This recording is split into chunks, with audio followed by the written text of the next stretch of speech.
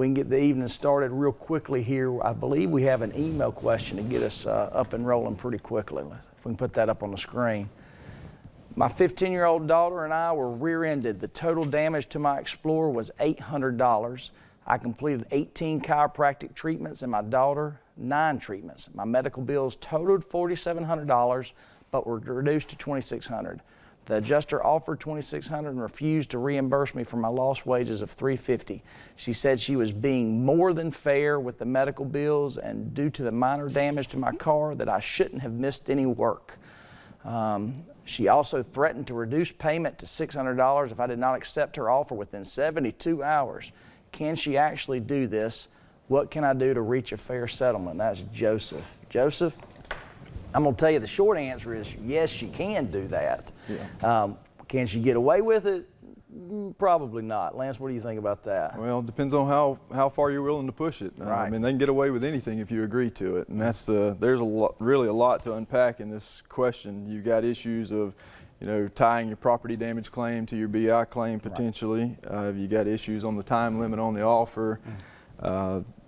Potentially, there's a topic of permanency threshold, whether your injuries arise to the point where you would be entitled to recover money for pain and suffering, mental anguish, and that sort of thing, or if you are going to be capped at your economic damages. But I mean, everything that's being described here is kind of unusual in the way that this adjuster is approaching it from our standpoint. Right. Most of the time they're not going to give us a 3-day deadline to accept this, or we're going to retract, effectively what $2,000 off of your offer that they've already acknowledged would be sounds like reasonable for the medical expenses that you've incurred. So generally speaking, if you get involved in an accident, the basic things that you are entitled to recover without any real question as to how bad you're injured is the medical expenses and the lost wages, so economic damages. So in this case, you've indicated that there was $2,600 in medical expenses, and they've offered you that, but now are kind of tying that to you accepting within that certain period of time.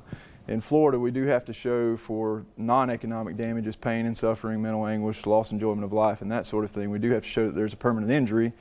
Not really clear whether that would be the case or not based on these facts, but if you do have a permanent injury that your chiropractor would say is a permanent injury, then you would be entitled to additional money for pain and suffering and that sort of thing.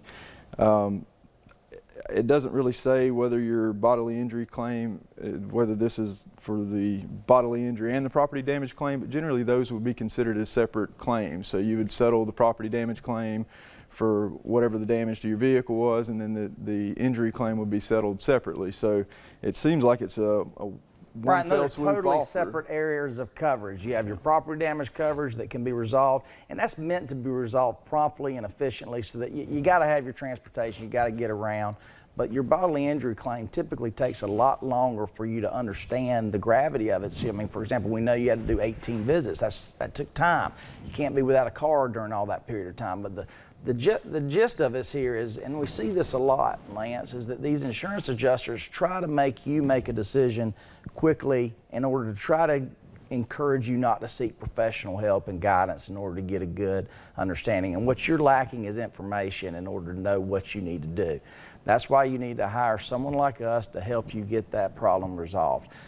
Can they, like Lance said? Yes, they can do that, because until you have an agreement, they can do whatever they want to. But that's why they build courthouses, for when you can't have agreements. So can they put a time limit on that? Yes. Is that a smart thing to do? No, because all that's going to do is upset you and make the process go not as smoothly as they would like you to.